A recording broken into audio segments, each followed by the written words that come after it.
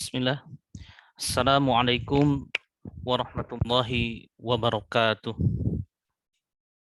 Alhamdulillah hamdan katsiran tayyiban mubarakan fih kama yuhibbu rabbuna wa yarda. Allahumma salli wa sallim wa barik ala nabiyyina Muhammadin wa ala alihi wa ashabihi wa man tabi'ahum bi ihsanin ila yaumiddin.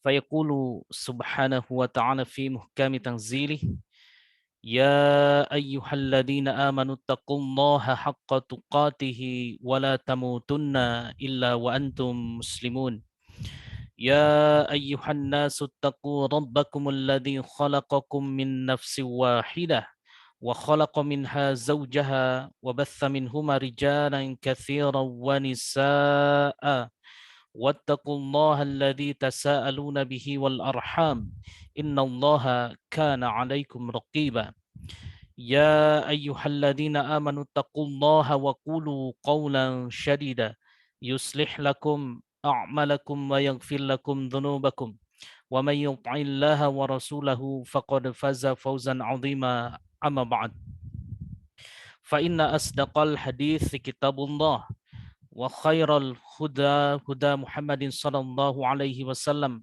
وشر الأمور محدثاتها وكل محدثة بدعة وكل بدعة ضلالة وكل ضلالة في النار.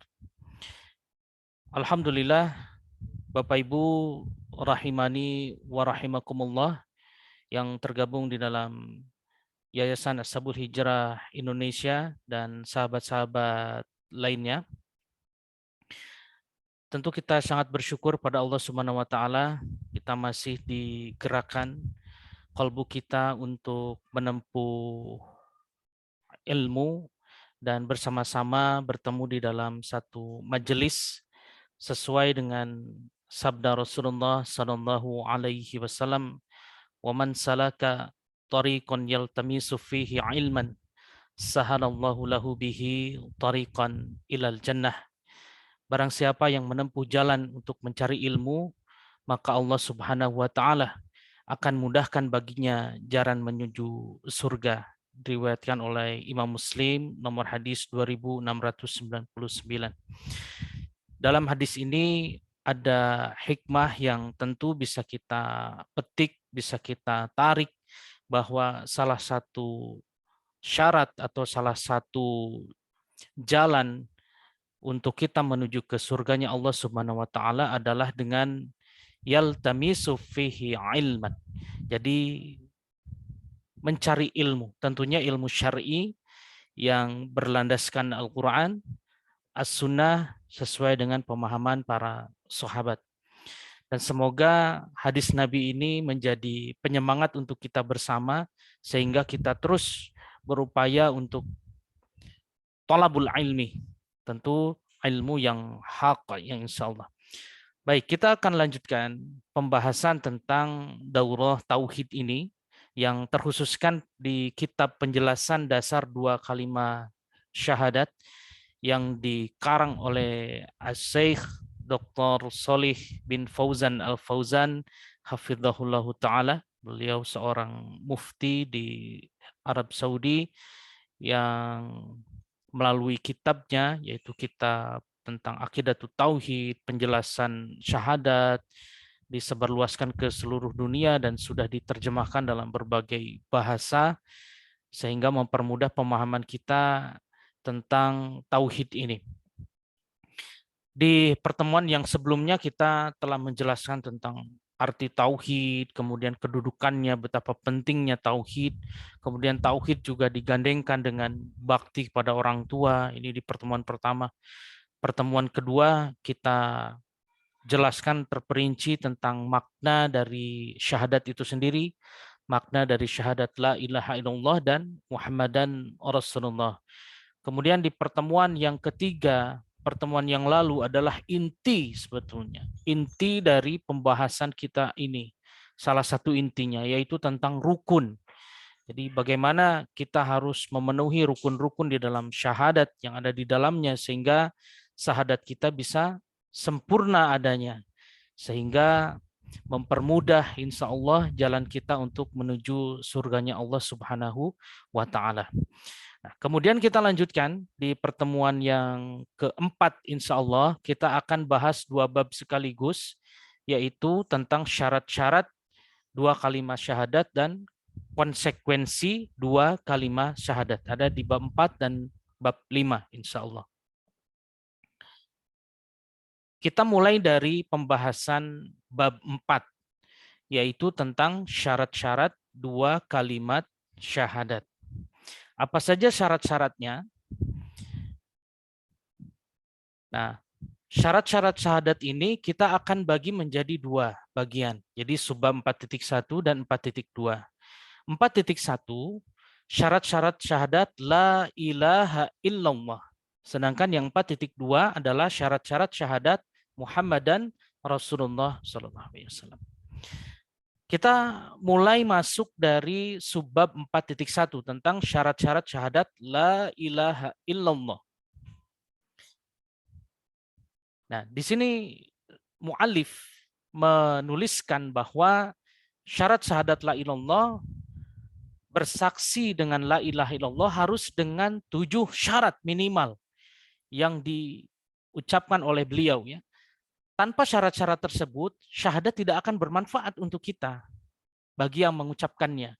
Padahal syahadat ini adalah rukun Islam yang pertama disebutkan Nabi Shallallahu Alaihi Wasallam. Nah, secara mujmal, secara global, ditariklah kesimpulan oleh mu'alif, oleh pengarang kitab ini menjadi 7 untuk memudahkan pemahaman kita. Apa saja kita lihat? Yang pertama tentu adalah ilmu.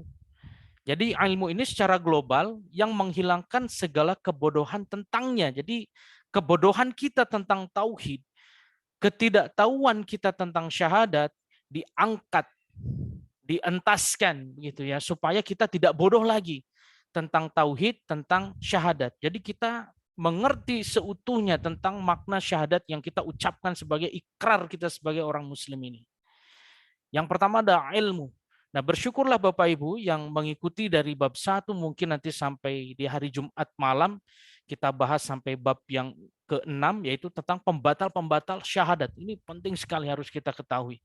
Nah, bersyukur sehingga ilmu kita bertambah tentang pemahaman syahadat ini, sehingga kita tidak bodoh lagi tentang syahadat ini. Jadi tidak tahu lagi, jadi tidak bingung lagi, ya, tidak bingung lagi tentang syahadat ini. Ya. Nomor 1, ilmu dengan tujuan menghilangkan segala kebodohan tentangnya. Ini yang pertama. Yang kedua adalah yakin.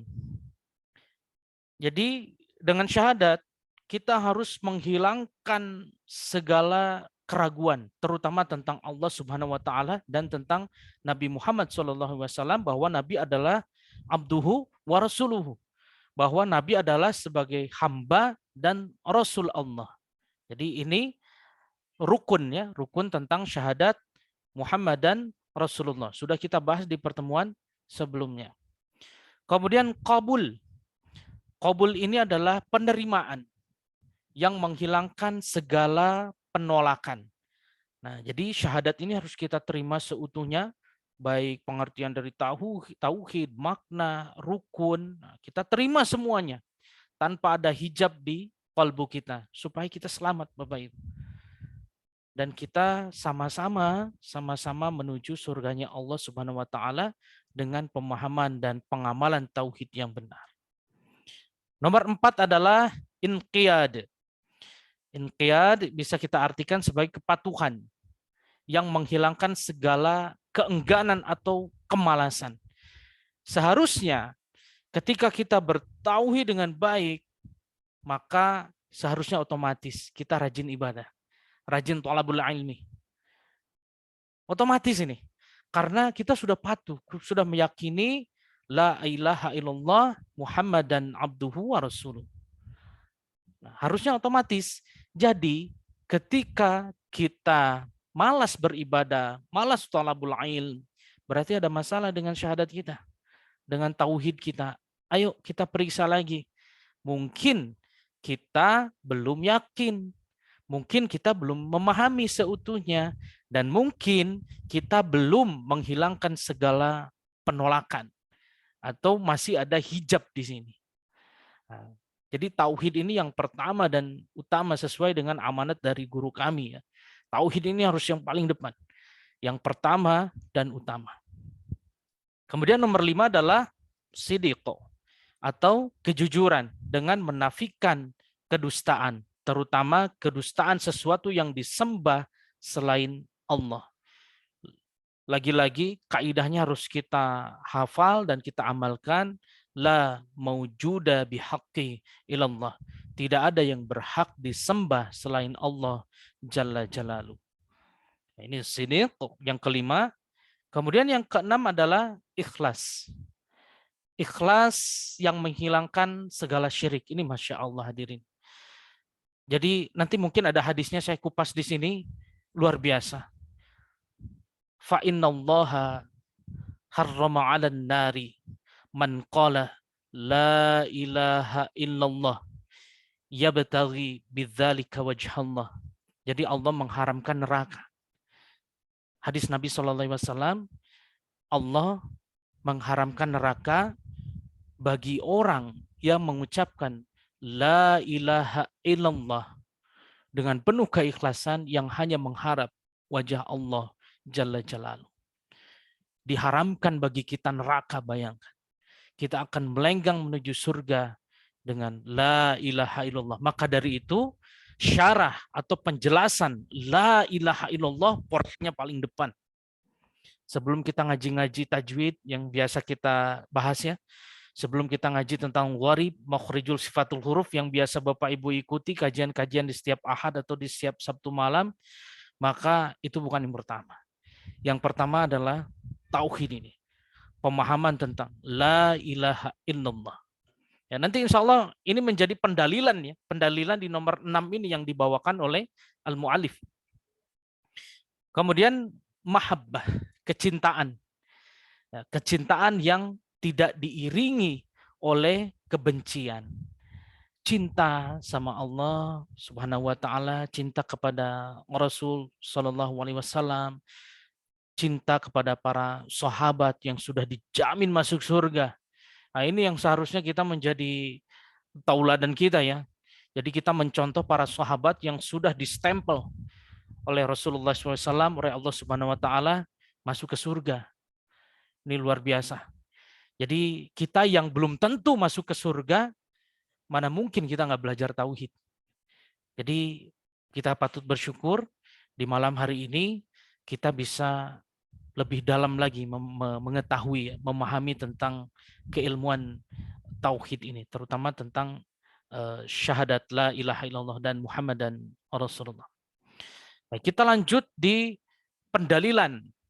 Jadi setiap statement beliau menampilkan pendalilan-pendalilan yang diambil sebagai dasarnya, baik dari Quran ataupun dari hadis sallallahu alaihi wasallam. Ilmu artinya memahami makna dan maksudnya. Dua paket ini, makna, maksud. Mengetahui apa yang ditiadakan dan apa yang ditetapkan. Dan menafikan ketidaktahuannya dengan hal tersebut. Al-ilmu qabla amal. Ilmu selalu di depan sebelum kita beramal. Beramal tanpa ilmu bisa terjerembab ke jurang kesesatan. Jadi ini yang sudah kita pahami ya. Al-asla fi ibadati tauqif. Jadi hukum asal dari ibadah itu adalah haram dilakukan sampai adanya dalil yang memerintah bahwa kita harus beribadah. Jangan beribadah sesuai dengan hawa nafsu kita. Jangan beribadah asal baik saja menurut persepsi orang, tidak. Berdasarkan Al-Quran, sunnah sesuai pemahaman para sahabat. Paketnya demikian sudah, tidak bisa ditawar-tawar lagi kalau kita mau masuk ke surga Allah Subhanahu wa taala. Jadi kadang-kadang ini mohon maaf ya, ketika ada dai atau mungkin seperti saya inilah mungkin ya. Jadi kalau saya bukan dai lah. Jadi saya sedikit berbagi ilmu kepada Bapak Ibu sekalian, ketika ada yang berucap seperti itu. Pokoknya kalau masuk surga harus tolabul ilmi. Kalau mau masuk surga harus beribadah sesuai Quran, sunnah sahabat. Tiba-tiba dicap. Ini orang yang sudah mempunyai kunci surga. Surga hanya miliknya dia sendiri. Yang lain tidak masuk surga. Loh, bukan gitu. Karena itulah yang disampaikan oleh Allah Subhanahu wa taala dalam Al-Qur'an, yang disampaikan oleh Rasulullah SAW dan para sahabat. Kalau kita tidak berlandaskan Al-Quran, tidak berlandaskan As-Sunnah, kemudian tidak sesuai dengan pemahaman para sahabat, lalu apa yang tersisa dari agama ini? Nah ini, jadi tadi, makanya ilmu ini menerangi kita dari kegelapan dan mengangkat kebodohan kita dari ketidaktahuan. Ilmu. Jadi makanya Allah berfirman, yarfa'ul ladzina amanu minkum walladzina utul ilma darajat. Jadi Allah akan mengangkat, akan memuliakan orang yang beriman di antara kalian, dan Allah akan mengangkat orang yang berilmu di antara kalian. Jadi ilmu ini oleh Allah, baik yang muslim ataupun yang kafir, diberikan haknya di dunia ini. Contohlah, mungkin Bapak Ibu mungkin tidak pernah bertemu ya dengan Thomas Alva Edison, sehingga kita bisa terang benderang seperti ini ya, ada listrik dan lain sebagainya. Beliau wallahu alam mungkin orang kafir, tidak mati dalam keadaan Islam, tetapi namanya sampai ke pelosok penjuru muka bumi ini. Itulah bukti bahwa orang yang berilmu diangkat derajatnya di dunia. Tapi karena dia kafir, mati dalam keadaan tidak Islam, maka ya tempatnya di neraka, sudah jelas. Dari dalil-dalil yang disampaikan, kalau orang kafir itu tempatnya di neraka, kekal di dalamnya, yang seperti itu. Tapi di dunia, haknya diangkat, dipenuhi oleh Allah untuk diangkat derajatnya. Sehingga namanya tetap masuk ke telinga kita, padahal kita tidak pernah bertemu dengan yang bersangkutan. Begitu ya, itu karena ilmu, pentingnya ilmu. Kemudian ini adalah pendalilan yang diambil oleh Al-Mu'alif, kita bacakan. A'udzubillahi minasyaitonir rajim. وَلَا يَمْلِكُ الَّذِينَ يَدْعُونَ مِن دُونِهِ الشَّفَاعَةَ إِلَّا مَن شَهِدَ بِالْحَقِّ وَهُمْ يَعْلَمُونَ.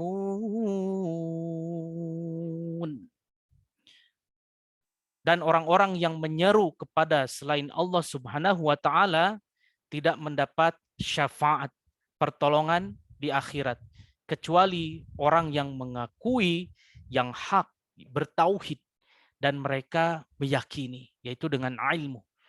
Allah jadi tidak mendapatkan syafaat. Syafaat ini diberikan oleh Rasulullah SAW dan Al-Quran. Al-Quran akan menjadi syafaat bagi kita, syifa, menjadi syafi'an di ashabihi, menjadi penolong bagi kita di akhirat, ya, seperti itu. Penjelasan tentang syafaat ini panjang, mungkin nanti kita adakan pertemuan khusus tentang mendapatkan syafaat, bagaimana cara mendapatkan syafaat, dan apa artinya syarat-syarat kita mendapatkan syafaat. Ini penting sekali. Nanti mungkin di pertemuan khusus kita bahas tentang syafaat.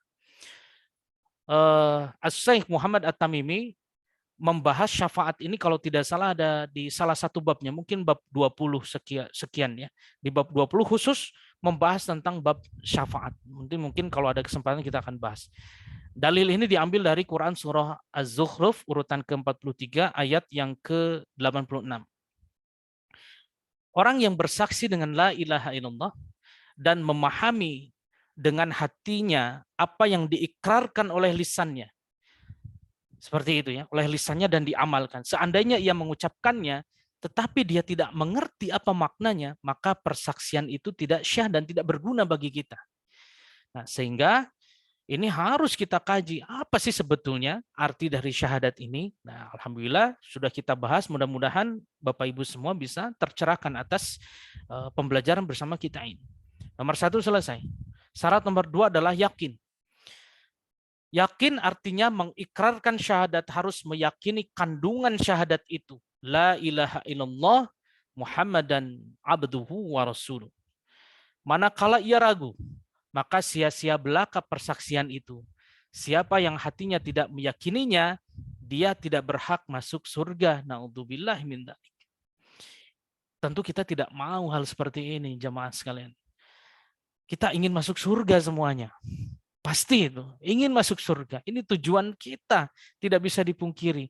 Maka ayo kita yakini seyakin-yakinnya, syarat yang kedua ini, syahadat, bahwa kandung syahadat ini adalah hak. Bersih tauhid kita. Jangan ada syirik, jangan ada bid'ah. Insya Allah kita masuk surga. Bismillah, mudah-mudahan Allah dengan yang maha rahmat, yang maha penyayang bagi kita semua, menganugerahkan surga untuk kita semua. Amin ya rabbal alamin. Ini pendalilan yang diambil oleh al-mu'alif. A'udzubillahi minasyaitonirrajim. Innamal mu'minuna alladzina amanu billahi wa rasulihi thumma lam yartabu. Insyaallah ini ada di Quran surah Al-Hujurat ya. Sesungguhnya orang-orang mukmin yang sebenarnya adalah mereka yang beriman kepada Allah Subhanahu wa taala dan Rasul-Nya sallallahu alaihi wasallam. Kemudian mereka tidak ragu-ragu. Jadi jangan ragu. Ini pendalilan nih kedua, bahwa kita harus yakin. Jangan ragu. Ini dalilnya yang diambil oleh al-mu'alif. Oh, ada hadis dari Nabi sallallahu alaihi wasallam. Man laqita wara'a hadzal ha'iti yashhadu an la ilaha illallah mustayqinan biha qalbu fabashshirhu bil jannah. Masya Allah, tabarakallah. Ini kabar dari Rasulullah SAW. Kita bacakan dari Al-Imam Bukhari. Siapa saja yang engkau temui di balik kebun ini, yang bersaksi bahwa tidak ada Tuhan yang berhak disembah kecuali Allah Subhanahu wa taala, dengan hati yang meyakininya, maka berilah kabar gembira basyirah kepadanya dengan balasan surga. Fabashirhu, maka berilah kabar gembira di sini. Mustayqinan biha qalbuh, dengan hati yang meyakininya sebenar-benarnya yakin. Maka apa kata Allah, kata Rasulullah SAW, fabashirhu bil jannah, berilah kabar gembira. Fabashirhu, basyirah, ya, berikan kabar gembira bahwa balasannya adalah surga. Masya Allah. Syaratnya apa ini? Balasannya surga. Yashhadu an la ilaha illallah. Fi'il mudhari lagi. Jadi continuously, tidak berhenti. Yashhadu an la ilah. Terus kita kawal sampai hembusan nafas terakhir kita, dan kita berdoa kepada Allah Subhanahu wa taala di terakhir hembusan nafas kita. Kita mengucapkan la ilaha illallah. Maka dengan ini mustayqinan bihaq qalbu. Tapi kalau kita sudah berikrar ya, rasanya lisan kita ini akan dituntun ya, akan ditalkin nanti. Mungkin ada malaikat yang mentalkin kita ya, Masya Allah, nanti dibimbing lisan kita ketika menjelang ajal kita, menjelang wafat kita. La ilaha illallah mustayqinan bihaq qalbu. Maka apa kata Nabi? Fabashirhu bil jannah. Masya Allah, tabarakallah. Ini cita-cita kita bersama. Segala apapun yang kita lakukan di dunia ini, kita baca Quran, kita salat, kita zakat, kita puasa, kita haji, kita umrah, kita berbuat baik, kita bersedekah, muaranya ini kita ingin masuk surga. Masya Allah. Ya, semoga Allah mengabulkan permohonan kita semua ini dengan pemahaman tauhid yang benar, insyaallah. Yang ketiga adalah qabul, artinya menerima kandungan dan konsekuensi dari syahadat. Apa itu kandungannya? Menyembah Allah semata dan meninggalkan ibadah kepada selainnya. Siapa yang mengucapkan syahadat namun tidak menerima dan mentaatinya, maka dia termasuk orang-orang yang difirmankan Allah Subhanahu wa taala dalam ayat berikut. Ada dua ayat. A'udzubillahi minasyaitonirrajim. Innahum kanu idza qila lahum la ilaha illallah yastakbirun. wa yaquluna a inna latariku alihatina li syairin majnun. Kita bacakan artinya, sungguh dahulu apabila dikatakan kepada mereka la ilaha illallah, tidak ada Tuhan selain Allah, mereka menyombongkan diri. Di sini yastakbirun, kiber, sombong. Apa sih sombong kata Nabi itu? Sombong itu menolak kebenaran. Itu yang pertama. Sombong, kiber, ya, al-kibr, kibrun, al-kibr, yastakbirun. Sombong itu dua hal. Yang pertama, dia menolak kebenaran. Kalau sudah menolak kebenaran, diberikan saran oleh orang lain, padahal saran itu adalah saran yang benar, kemudian dia tolak, dia hempaskan, dia nggak mau menerima, sombong. Yang kedua adalah menganggap rendah orang lain. Itulah definisi sombong yang dijelaskan oleh Rasul Shallallahu Alaihi Wasallam. Yang pertama, menolak kebenaran. Yang kedua, merendahkan orang lain. Itu sombong. Mereka berkata, apakah kami harus meninggalkan sesembahan kami karena seorang penyair gila? Masa Nabi Muhammad SAW disebut majnun, gila? Sombong mereka. Merendahkan orang lain. Karena dia merendahkan Nabi yang mulia. Dan sesungguhnya hakikatnya, dialah yang sebetulnya yang rendah ya di mata kebenaran gitu ya, seperti itu. Karena dia merendahkan Nabi Shallallahu Alaihi Wasallam yang seyogyanya adalah tidak ada kesalahan di dalam Nabi Muhammad Shallallahu Alaihi Wasallam, terpelihara dari segala kebatilan.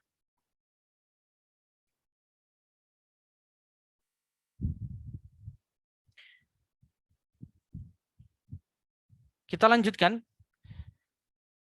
Penjelasan tentang ayat ini adalah salah satu contoh pada penyembah kuburan dewasa ini. Jadi Al-Mu'alif membawakan tentang ziarah kubur. Banyak yang melakukan ziarah kubur yang tidak syar'i. Salah satu contoh pada penyembah kuburan dewasa ini, mereka mengikrarkan la ilaha illallah, tetapi tidak mau meninggalkan penyembahan terhadap kuburan. Dengan demikian, berarti mereka belum menerima makna la ilaha illallah seutuhnya. Mereka isbat, menetapkan, tetapi tidak menafikan tauhid. Nah, jadi apa sih yang sunnah di kuburan itu? Yang sunnah kita datang ke kuburan, kemudian mendoakan supaya hati kita ini lembut dan kita lebih rajin dalam beribadah, lebih ingat mati. Ya, seperti itu. Itu syariatnya. Sunnah ketika kita darah kubur. Dan jangan lupa juga, ketika masuk kuburan, ada sunnah yang sering ditinggalkan. Masuk kuburan kita masih menggunakan sepatu, masih menggunakan sendal. Padahal Nabi SAW memerintahkan, ketika masuk area kuburan, lepas sepatu kita, lepas sendal kita, telanjang kaki kita masuk ke kubur. Hati-hati, jangan melewati kubur ya, kuburan orang yang tertentu di situ. Jadi jangan sampai melangkahi maksudnya. Jangan sampai melangkahi, dipilih jalan-jalan setapak-setapak yang aman ya, tidak melangkahi. Nah, itu sunnahnya yang sering ditinggalkan. Masuk ke kubur harus melepas sandal atau sepatu, melepas alas kaki kita. Ya, itu memang sunnahnya. Kalau ditanyakan mengapa demikian, wallahu a'lam bishawab, kita ittiba kepada Rasul Shallallahu Alaihi Wasallam. Jadi sunnah-sunnah seperti ini harus kita pelajari, harus kita ketahui. Yang keempat adalah inqiyad. Apa arti inqiyad? Artinya tunduk dan patuh dengan kandungan makna syahadat. Sudahlah, tunduk patuh, tunduk patuh. Nggak usah disangkal-sangkal lagi. Sudah, syahadat berikrar dengan semurni-murninya. Adapun di sini pendalilannya Al-Mu'allif wa may yuslim wajhahu ini diambil dari Quran surah Luqman. Kita bacakan dulu. Alhamdulillah. وَمَنْ يُسْلِمْ وَجْهَهُ إِلَى اللَّهِ وَهُوَ مُحْسِنٌ فَقَدِ اسْتَمْسَكَ بِالْعُرْوَةِ الْوُثْقَى وَإِلَى اللَّهِ عَاقِبَةُ الْأُمُورِ. Masya Allah. Kita lihat, dan barang siapa berserah diri kepada Allah Subhanahu wa Ta'ala, sedang dia orang yang berbuat kebaikan, maka sesungguhnya dia telah berpegang teguh kepada buhul atau tali yang kokoh. hanya kepada Allah Subhanahu wa taala kesudahan segala urusan. Ini Masya Allah, ketika kita tunduk, kita serahkan kepada Allah, kita bermuamalah, berbuat kebaikan, dan kita selalu berpegang teguh pada syariat agama Islam ini, maka akan ada kemudahan ya di segala urusan-urusan kita. Jadi pasti akan dimudahkan lah, yakin ketika kita bertauhid dengan benar, memahami kandungan makna syahadat yang bisa melingkupi seluruh aktivitas muamalah kita insya Allah. Di sini ada pengertian, di sini al-urwatil wuthqa adalah la ilaha illallah. Ya, di sini bil urwatil wuthqa di sini adalah la ilaha illallah. Kemudian yuslim wajhahu adalah patuh atau pasrah. Yanqad atau inqiyad, itu patuh atau pasrah. Nah, di sini ada komponen di dalam ayat ini. Jadi pada kata yuslim wajhahu, berserah diri kepada Allah, hanya mengharap ridho Allah Subhanahu wa taala. Kemudian kita lanjutkan di syarat yang kelima. Sidq atau sidik. Artinya mengucapkan kalimat la ilaha illallah dan hatinya juga membenarkannya. Manakala lisan mengucapkannya tetapi hatinya mendustakannya, maka dia adalah munafik dan pendusta. Ini digambarkan. Ayatnya insya Allah Bapak Ibu ini sudah hafal semua nih di awal surah Al-Baqarah. Kita bacakan ayatnya ya. A'udzubillahiminasyaitonirrajim. وَمِنَ النَّاسِ مَن يَقُولُ آمَنَّا بِاللَّهِ وَبِالْيَوْمِ الْآخِرِ وَمَا هُمْ بِمُؤْمِنِينَ يُخَادِعُونَ اللَّهَ وَالَّذِينَ آمَنُوا وَمَا يَخْدَعُونَ إِلَّا أَنفُسَهُمْ وَمَا يَشْعُرُونَ في قلوبهم مرض فزادهم الله مرضا ولهم عذاب أليم بما كانوا يكذبون. Dan di antara manusia ada yang berkata, kami beriman kepada Allah Subhanahu wa taala dan hari akhir, padahal sesungguhnya mereka itu bukanlah orang-orang yang beriman. Mereka menipu Allah Subhanahu wa taala dan orang-orang yang beriman, padahal mereka hanyalah menipu diri sendiri tanpa mereka sadari. Dalam hati mereka ada penyakit, lalu Allah menambah penyakitnya itu, dan mereka mendapat azab yang pedih karena mereka berdusta. Quran surah Al-Baqarah urutan yang kedua ayat 8 sampai ayat 10.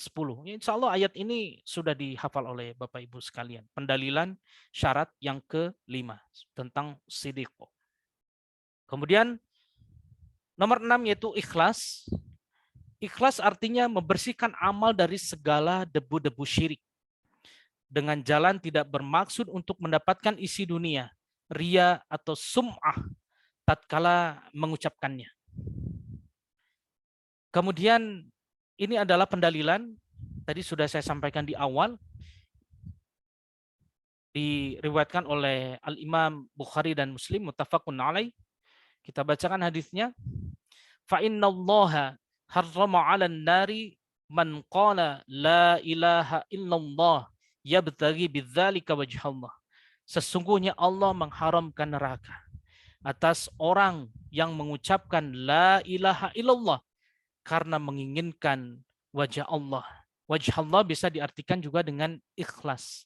Ikhlas karena ingin mengharapkan, ingin mendapatkan wajah Allah. Dan ini adalah karunia atau rezeki yang paling besar jamaah sekalian. Ketika insya Allah jika Allah perkenankan kita semua masuk ke surga, kita mendapatkan segala macam fasilitas kenikmatan di dalam surga tersebut, maka yakinlah kenikmatan yang terbesar ketika kita berada di surga adalah pada saat kita melihat wajah Allah. Dan semoga kita bisa melihat semua itu. mahabbah, syarat yang terakhir yaitu harus cinta. Salah satu pilar ibadah, hub, cinta. Hub, khauf, roja. Cinta dulu, kemudian takut pada Allah supaya kita tidak melaksanakan maksiat karena ada azabnya di sana, ada balasannya terhadap maksiat yang kita lakukan, dan yang terakhir pengharapan. Pengharapan yang roja, kita berharap bahwa kita ingin menatap wajah Allah Subhanahu wa taala kelak di surganya yang maha indah. Mahabbah artinya mencintai kalimat la ilaha illallah beserta isinya, juga mencintai orang-orang yang mengamalkan konsekuensinya. Jadi saling mencintai kita hadirin, saling memberikan kasih antara orang-orang, saudara-saudara, sahabat muslim, muslimah kita ini yang bertauhid dengan benar. Ini Masya Allah. Nah, sehingga kita mempunyai cita-cita, kita berdoa kepada Allah, jenazah kita kelak nanti diurusi oleh orang-orang yang bertauhid, dikafani, diberikan kapas lubang hidung kita ini. Masya Allah, lubang maaf ini ya, lubang kemaluan kita ditutupi dengan kapas oleh orang-orang yang bertauhid, sehingga aurat kita terjaga dengan sempurna sampai kita dikuburkan kelak. Ini luar biasa. Dan ketika kita sudah dikafani, kemudian sudah berada di dalam keranda ya, kemudian disolatkan di hadapan imam, di belakang jamaah, dan kita berharap imamnya adalah imam yang bertauhid, kemudian para jamaahnya banyak yang menyolati kita, dan kita berdoa semoga lebih dari 40 orang yang menyolatkan kita ini. Dan 40 orang yang menyolati kita ini adalah orang-orang yang tauhid terbebas dari syirik. Maka ini kesempurnaan kita ini di akhir hayat kita. Dan yakinlah itu semua Allah yang mengatur. Jadi kita akan dikumpulkan dengan semisal dengan kita. Kita bertauhid dengan benar, maka saya yakin sekali yang akan mensolati, yang akan mengurusi jenazah saya kelak nanti ketika saya wafat adalah orang-orang yang bertauhid yang baik. Dan kita tentunya tidak rela ya, tidak mau ya, kita diurusi jenazah kita, kemudian kita disolati oleh ini petaka lah bagi kita ya. Jadi ketika kita wafat, kita diurusi, kita dimandikan oleh orang-orang yang berbuat syirik, orang-orang yang berbuat bid'ah, maka kita berlindung atasnya seperti itu. Jadi harus banyak doa dengan penuh dengan roja, penuh dengan harap. Jadi apa kita saat ini, itulah kita nanti akan diurusi oleh orang yang semisalnya. Kita berbuat syirik, ya diurusinya orang-orang syirik lah nanti. Kita berbuat bid'ah, maka dikumpulkanlah dengan orang-orang yang berbuat bid'ah. Kita bertauhid yang benar di atas sunnah Nabi SAW, maka insya Allah jasad kita ini, jenazah kita ini nanti akan diurusi oleh orang yang bertauhid dan orang yang teguh di atas sunnah Rasul Shallallahu Alaihi Wasallam. Yakin saja insya Allah. Intinya yang pertama kita harus cinta dulu terhadap kalimat tauhid, bebaskan dari syirik. Ingat, an-nafyu al-itsbat, menafikan segala sesembahan yang tidak berhak disembah selain Allah, dan al-itsbat, yaitu artinya menetapkan bahwa hanya Allah yang berhak disembah, la maujuda bihaqqi illallah. Ini pendalilan diambil dari suratul Baqarah. Sebagian Bapak Ibu mungkin sudah sampai hafalannya sampai di ayat ini, ayat 165 insyaallah. A'udzubillahi minasyaitonir rajim. Wa minan nasi man yattakhidhu min dunillahi andadan yuhibbunahum ka hubbillah. Masyaallah. والذين آمنوا أشد حبا لله ولو يرى الذين ظلموا إذ يرون العذاب أن القوة لله جميعا وأن الله شديد العذاب. Gak kuat lah Dirin kalau baca ayat ini, luar biasa. Quran surah Al-Baqarah urutan kedua 165. Ini pendalilan yang diambil oleh Al-Mu'alif tentang mahabbah, cinta kepada kalimat tauhid, kepada kalimat tauhid. Dan di antara manusia ada orang yang menyembah Tuhan selain Allah sebagai tandingan. Yang mereka cintai seperti mencintai Allah. Adapun orang-orang yang beriman, sangat besar cinta mereka kepada Allah. Sekiranya orang-orang yang berbuat zalim itu melihat, ketika mereka melihat azab pada hari kiamat,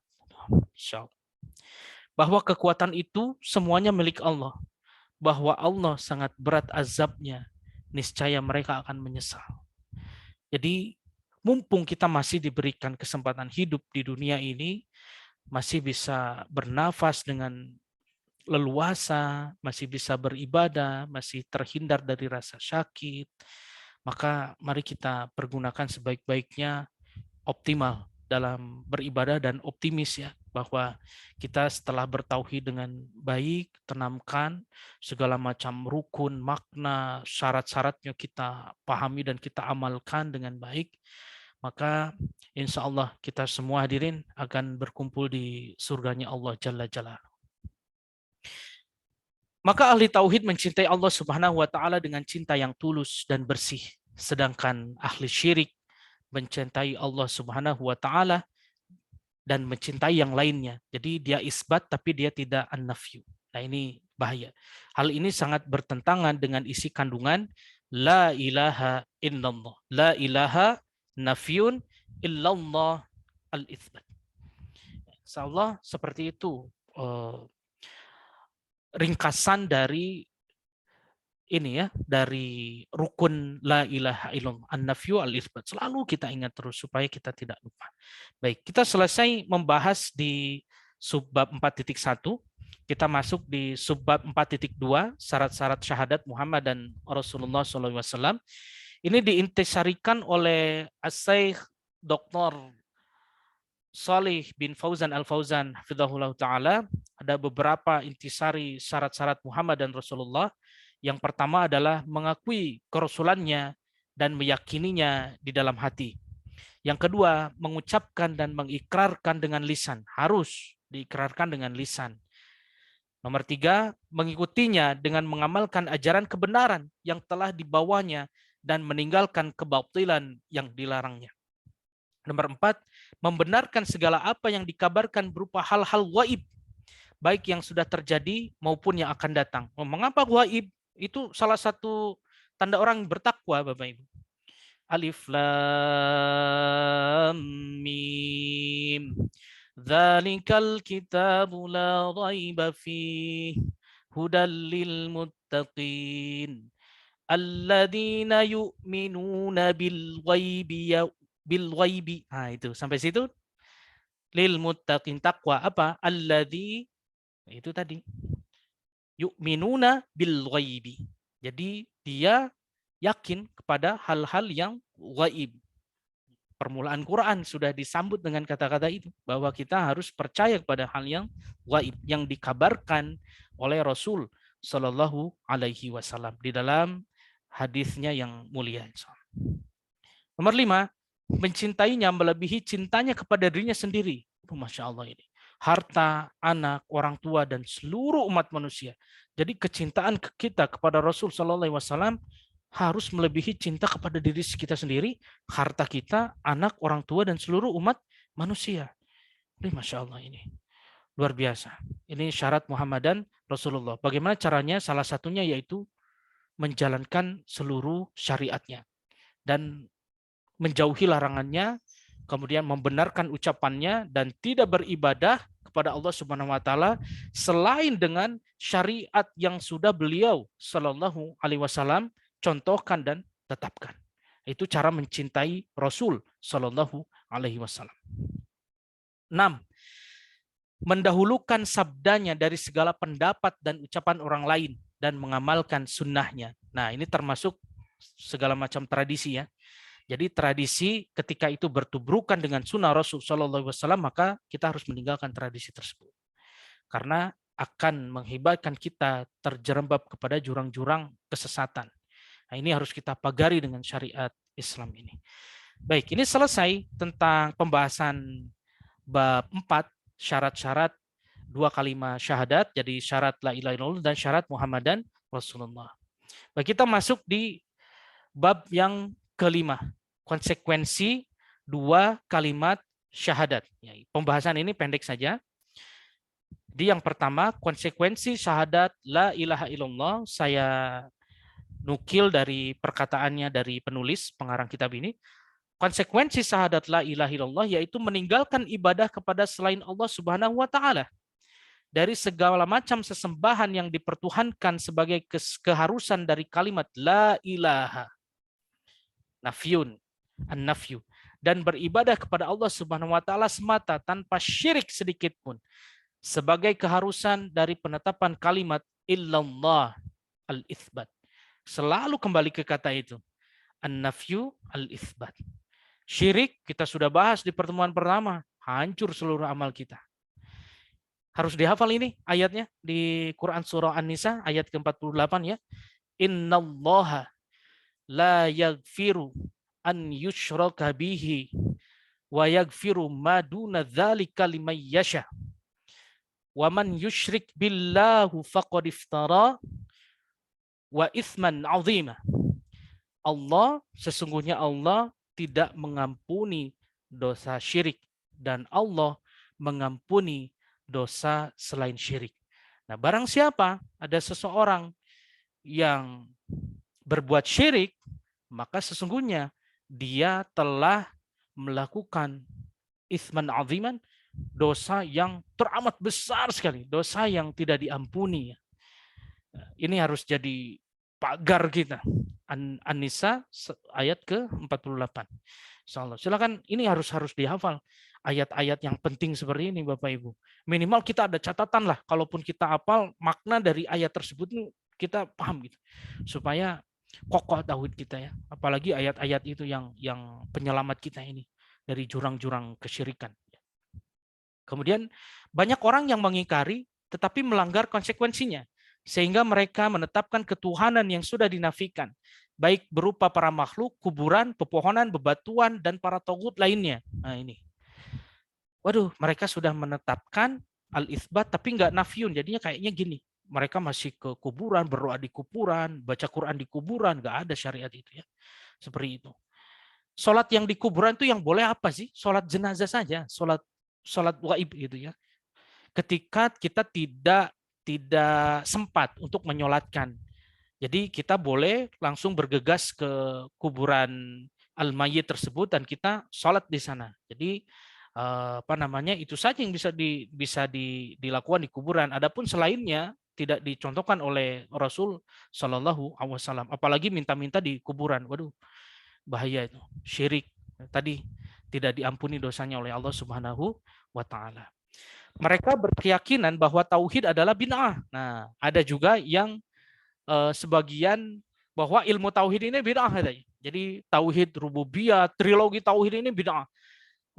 Jadi membuat hal-hal yang baru katanya. Trilogi rububiyah, kemudian uluhiyah, dan satu lagi asma wa sifat. Asma wa sifat dia menganggapnya dia adalah bid'ah. Padahal ini adalah kaidah istiqra. Kita tidak mengubah apapun dari pemahaman tauhid itu yang tiga. Rububiyah, uluhiyah, asma wa sifat. Supaya memudahkan pemahaman. Istiqra. Hal ini sudah diajarkan oleh Nabi SAW. Dalil-dalilnya sudah tidak kita ubah. Kita tidak membuat sesuatu hal yang baru. Nah itu istiqra. Dikumpulkan dalilnya, akhirnya para ulama membagi teori itu. Supaya kita mudah memahaminya. Ada aspek rububiyah, uluhiyah, asma wa sifat. Nah, jadi mereka menolak para dai yang mengajak kepada tauhid dan mencela orang yang beribadah hanya kepada Allah Subhanahu wa taala. Ketika membahas tauhid ini dianggapnya begini. Ya tadi yang saya sampaikan, yang paling tahu surga, yang punya kunci surga, yang sudah yang sudah yakin masuk surga. Wah, tidak gitu. Karena kita mau masuk surga, kita belajar tauhid. Kan gitu. Jadi jangan dibolak-balik semacam itu gitu. Jadi kalau ada syubhat yang seperti itu, kokoh kita tetap bertauhid dengan pemahaman yang benar insya Allah. Seperti itu ya. Itu metode istiqroh. Contoh lah, contoh. Jadi tahiyatul masjid. Tahiyatul masjid itu tidak diistilahkan di zaman Nabi. Nah, tapi diberikan istilah tahiyatul masjid. Sholat 2 rakaat sebelum duduk, gitu kan? Ketika kita baru masuk masjid. Nah, tidak ada penamaan tahiyatul masjid di zaman Nabi SAW. Ini untuk memudahkan kita bahwa ketika kita masuk masjid, jangan dulu duduk, sholat dulu 2 rakaat. Ya, seperti itu. Nah, ini kaidah-kaidah istiqro. Kemudian tajwid. Begitu pula tajwid di zaman Nabi tidak diistilahkan dengan idhar halki, idhar safawi, nggak ada seperti itu. Nah, apakah itu disebut dengan bid'ah? Ya tidak. Karena apa? Metodenya istiqro. Kita sesuai cara baca kita sama dengan yang Nabi contohkan sallallahu alaihi wasallam, insya Allah. Nah, para ulama menistiqrokan dengan dalil-dalil yang ada. Diberikan istilah, oh ini ketika tanwin dan nun sukun ini bertemu dengan huruf-huruf halqiyah disebut idhar halqi. Jadi kita waspada cara bacanya itu nggak salah. Jangan diidgomkan, jangan didengungkan. Dibaca dengan gunnah nakisah. Misalnya seperti itu. Jadi kita kan paham gitu ya. Ya itu namanya istiqro. Begitu pula tauhid. Baik, mudah-mudahan kokoh ya Bapak Ibu, tidak tersambar syubhat-syubhat yang semacam ini. Kemudian konsekuensi syahadat Muhammad dan Rasulullah. Ini materi terakhir di pertemuan kita kali ini. Jadi tentang konsekuensi syahadat Muhammad dan Rasulullah. Konsekuensi syahadat Muhammad dan Rasulullah adalah mentaatinya, membenarkannya, meninggalkan apa yang dilarang, membatasi diri hanya dengan mengamalkan sunnah, dan meninggalkan yang lain dari hal-hal bid'ah dan muhdatsat, hal-hal yang diada-adakan dalam perkara agama ini, serta mendahulukan sabda beliau sallallahu alaihi wasallam di atas segala pendapat orang. Nah, demikian yang bisa disampaikan. Jadi kalau kita tarik lagi ada 4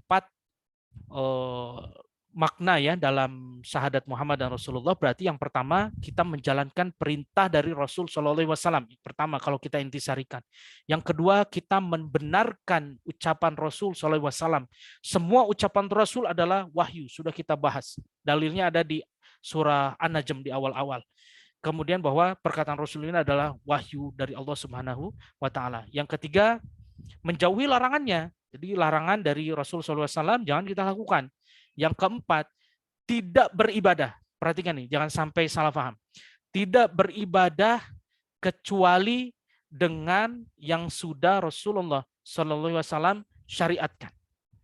Ya, yang keempat ini penting sekali. Semuanya penting ya. Yang keempat kadang-kadang ini yang masih terlanggar di sebagian saudara muslim kita. Dan kita seru kepada mereka dengan penuh kasih sayang bahwa penjelasan ini bahwa kita jangan beribadah sampai adanya dalil. Atau jangan beribadah jika tidak sesuai dengan tuntunan Rasul Shallallahu Alaihi Wasallam. Baik, ini yang bisa saya sampaikan. Barakallahu fikum, jazakumullahu khairan. Saya mohon maaf jika ada kekeliruan dan kekurangan dalam penjelasan bab 4, bab 5 ini tentang syarat-syarat 2 kalimat syahadat dan dilanjutkan dengan konsekuensi 2 kalimat syahadat dikuatkan oleh al-mu'alif, dan semoga apa yang kita kaji bersama di malam hari ini bisa merasuk ke dalam kalbu kita dan mengokohkan keilmuan kita tentang tauhid dan pengamalan kita tentang tauhid, sehingga insya Allah tujuan kita bersama kita bisa berkumpul di surganya Allah Subhanahu wa taala, dan cita-cita kita tadi kita bisa melihat wajah Allah Subhanahu wa taala. Aqulu qauli hadza wastaghfirullahu li wa lakum. Subhanakallahumma wa bihamdika asyhadu alla ilaha illa anta astaghfiruka wa atubu ilaik. Assalamualaikum warahmatullahi wabarakatuh.